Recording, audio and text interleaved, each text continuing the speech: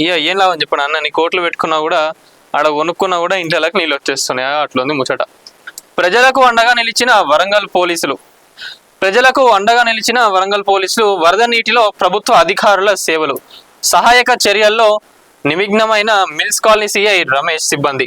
సహాయక చర్యల్లో పాల్గొన్న వరంగల్ తహసీల్దార్ ఇక్బాల్.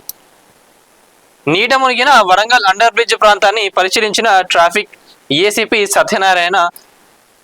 ఇంతజార్గంజ్ సిఐ. వరంగల్లో కుండపోత వర్షం కురిసిన కారణంగా స్తంభించిన జనజీవనం. వరంగల్ జిల్లా వ్యాప్తంగా వాన దంచి కొట్టింది. సోమవారం అర్ధరాత్రి నుంచి మంగళవారం ఉదయం వరకు కురిసిన భారీ వర్షానికి జనజీవనం స్తంభించిపోయింది. నిజంగా అసలు ఈడైతే అసలు ఒక 2-3 గంటలకే వర్షానికే అందరు ఆమైపోతున్నారు. ఆడ రాత్రి స్టార్ట్ అయితే మళ్ళీ పొద్దున్న దాకా కొట్టిందంట.